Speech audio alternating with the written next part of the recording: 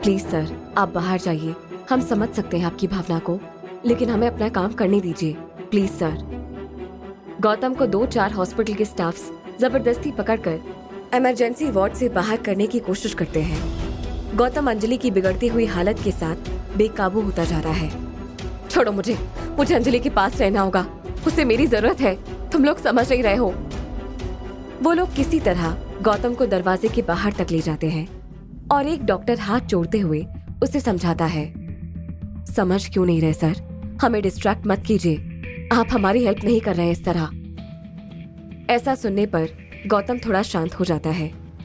उसे किसी तरह खुद को समझाना ही पड़ेगा, फिर उसका दिल चाहे कितना भी घबरा रहा हो। वो बाहर से ही खड़ा होकर विंडो ग्लास से अंदर झांककर देखने लगता है। उसके आंसू रुकने का नाम ही नहीं लेते।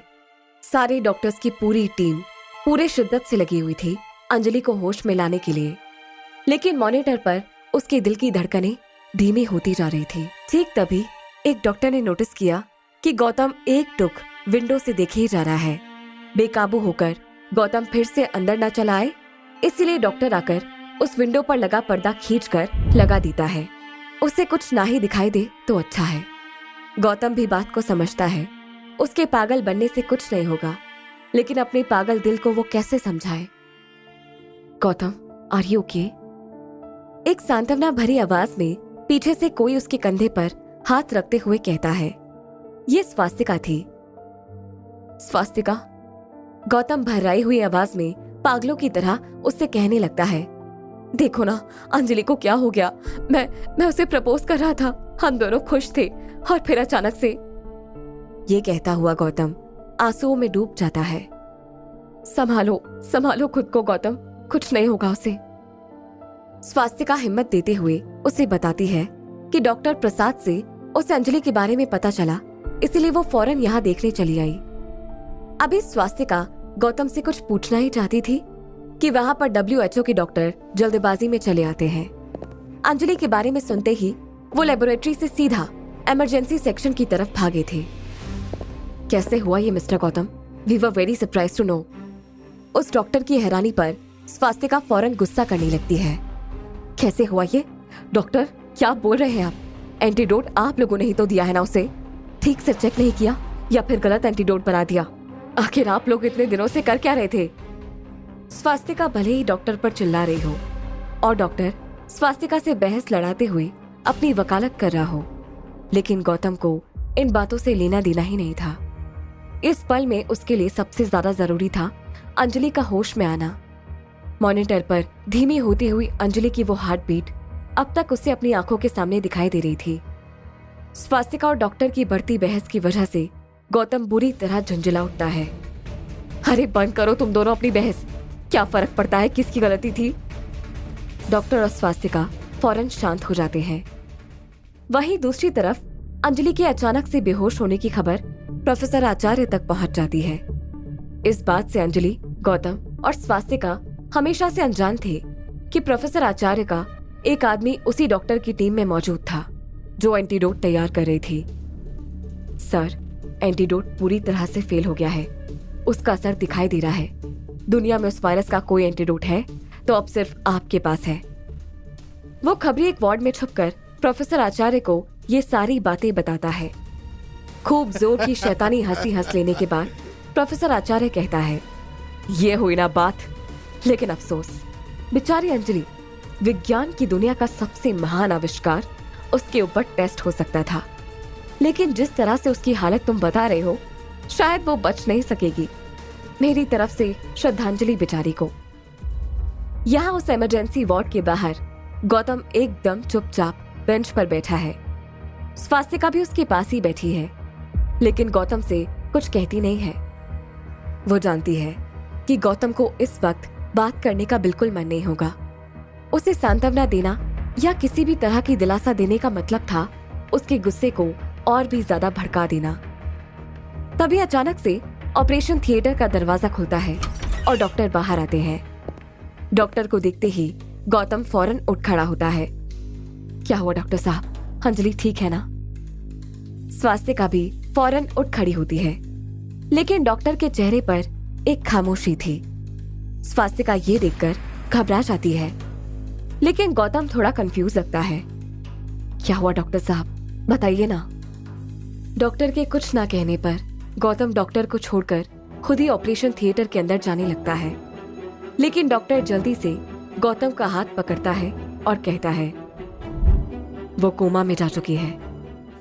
ये सुनते ही स्वास्तिका हैरानी में अपने मुंह पर हाथ रख लेती है। Oh my God! लेकिन गौतम कुछ नहीं कहता, उसके चेहरे का हाव भाव भी नहीं बदलता। गौतम डॉक्टर की आंखों में ऐसे देखता रहता है जैसे वो डॉक्टर के कहने का कुछ मतलब ही नहीं समझ रहा हो।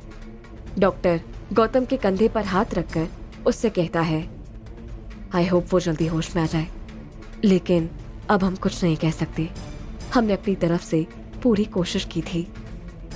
ये कहकर डॉक्टर वहां से चला जाता है। गौतम एक बुत बना यूं ही खड़ा रहता है। स्वास्तिका ऑपरेशन थिएटर के अंदर जाती है और अंजलि को देखती है। सारे डॉक्टर और नर्स पीछे हट जाते हैं। अंजलि एक जिंदा लाश की तरह बेड पर पड़ी है। स्वास्तिका रोते हुए अंजलि के पास चली जाती है, उसके हाथ को पकड़कर और उसके पास बैठकर फूट फूट कर रोने लगती है। यहाँ गौतम जैसे न जाने किस दुनिया में खो गया था। वो ऑपरेशन थिएटर के अंदर तो आता है, लेकिन एक टुक अंजलि को ही देखता रहता है। धीरे धीरे उसके कदम आगे बढ़ते हैं। वो अंजलि के पास आता है और फिर अंजलि की गाल पर अपना हाथ रखकर कहता है अंजलि उठो, सो क्यों रही हो। गौतम ऐसे कहता है जैसे वो अपना सुध-बुध खो चुका हो। बहुत ही नॉर्मल तरह से वो बात करता है। उठो ना अंजलि, ये क्या मजाक है। स्वास्तिका एकदम से रोना बंद कर देती है और गौतम की तरफ देखकर घबराने लगती है। गौतम, तुम ठीक हो ना? गौतम मुस्कुराते हुए स्वास्तिका को देखता है। अरे, अपनी दोस्त से कहो उठ जाए, वो मेरे साथ मजाक कर रही है क्या?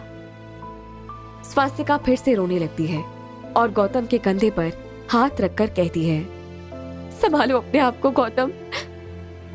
लेकिन गौतम ऐसा करने लगता है जैसे वो इस बात को मानने के लिए तैयार ही नहीं है कि अंजलि को कुछ हुआ है। वो बार बार अंजलि को आवाज देता रहता है। कुछ डॉक्टर गौतम के पास आकर उसे रोकने की कोशिश करते हैं। आप प्लीज ऐसा मत कीजिए सर, संभालिए अपने आप को। लेकिन गौतम उन्हें पीछे हटाते हुए कहता है अरे आप क्या कर रहे हैं भाई, मुझे कुछ समझ नहीं आ रहा है। वो अभी उठ जाएगी, मुझे पता है ना।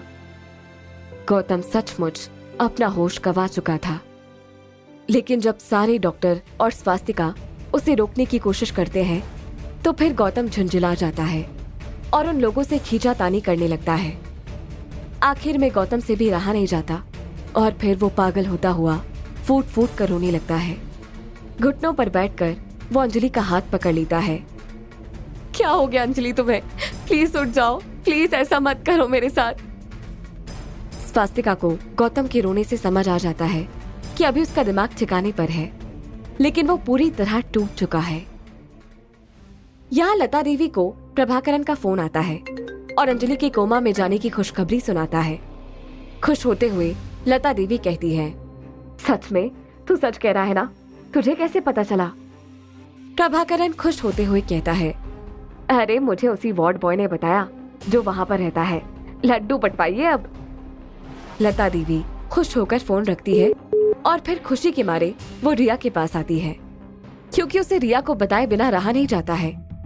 रिया अपने कमरे में बंद होकर विवान को होमवर्क करवा रही होती है। अंजलि कोमा में चली गई रिया। ये कहते हुए लता देवी कमरे के अंदर आती है। उसकी आंखों में एक अलग ही चमक दिखाई देती है। रिया एकदम से सरप्राइज हो जाती है। कोमा? कोमा क्या होता है? विवान कंफ्यूज होकर लता देवी से पूछता है, लेकिन लता देवी उसे इग्नोर करके रिया से कहती है अभी अभी बात हुई थी, मुझे पता चला है। बच्चों को देखकर लता देवी अपने एक्साइटमेंट को थोड़ा कंट्रोल कर लेती है, लेकिन रिया ये सुनकर जल्दी से उठ खड़ी होती है और लता देवी का हाथ पकड़कर कमरे से बाहर लेकर आती है और धीमी आवाज में वो लता देवी से कंफर्म करते हुए पूछती है क्या आप सच कह रही हैं? ऐसा ही हुआ है? लता देवी अपनी खुशी को रोक नहीं पाती हैं। अरे सच में ऐसा ही हुआ है, खुशी मनाओ, लड्डू बांटो, वो लड़की कोमा में चली गई। भगवान करे अब दोबारा कभी उठे ही ना। यहाँ विवान अब तक अपने टैबलेट पर कोमा के बारे में इंटरनेट पर सर्च करता है और पढ़कर वंश को सुनाता है। दोनों बच्चे कोमा के बारे में जानकर हैरान हो जाते हैं।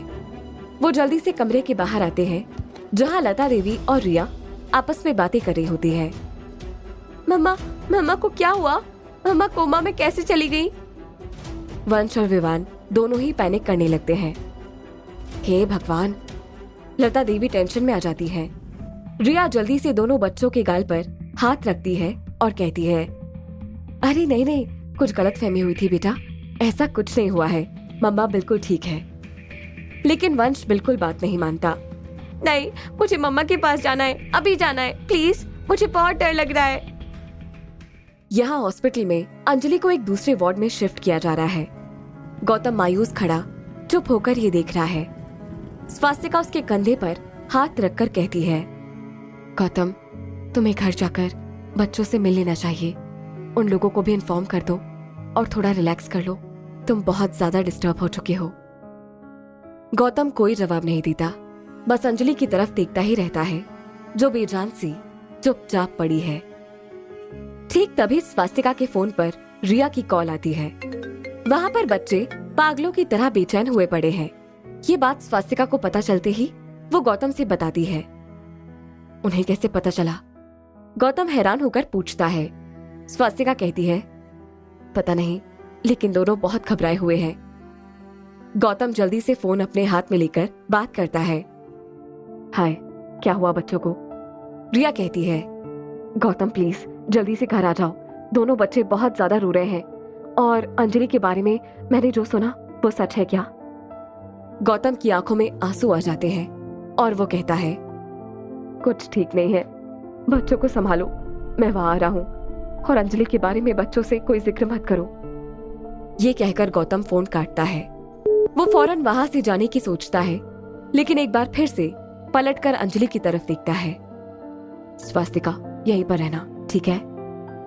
ऐसा कहने के बाद गौतम फिर पलटता है और अपने आंसुओं को पोंछता हुआ वहां से चला जाता है। जब गौतम अपने घर पहुंचता है तो हॉल में एंटर करते ही कुछ ऐसा दिखता है जिससे वो एक पल के लिए झटका खा जाता है। वो अपनी आंखों को फिर से झटकता है, ये सोचकर कि कहीं उसे कोई वहम तो नहीं हुआ, क्योंकि वंश और विवान के कमरे की तरफ उसे अंजलि जाते हुए दिखाई देती है। उसके हाथ में पानी का ग्लास था। गौतम पीछे से ही आवाज लगाता है, अंजलि, लेकिन तब तक वो कमरे के अंदर जा चुकी थी। गौतम फौरन बच्चों के कमरे के पास जाकर दरवाजा खोलता है तो देखता है कि ये अंजलि नहीं बल्कि रिया थी। रिया ने सलवार कमीज, बाल संवारने का तरीका, मेकअप, सब कुछ अंजलि की तरह किया हुआ था। एक पल के लिए गौतम को सच में धोखा हो गया था। रिया, तुम ये अंजलि की तरह? आखिर क्यों रिया ने खुद को अंजलि की तरह कर लिया है? आखिर कैसे समझाएगा गौतम बच्चों को अंजलि की हालत के बारे में? क्या अंजलि कभी कोमा से वापस आ पाएगी? आगे की कहानी जानने के लिए सुनते रहिए कहानी का अगला भाग, सिर्फ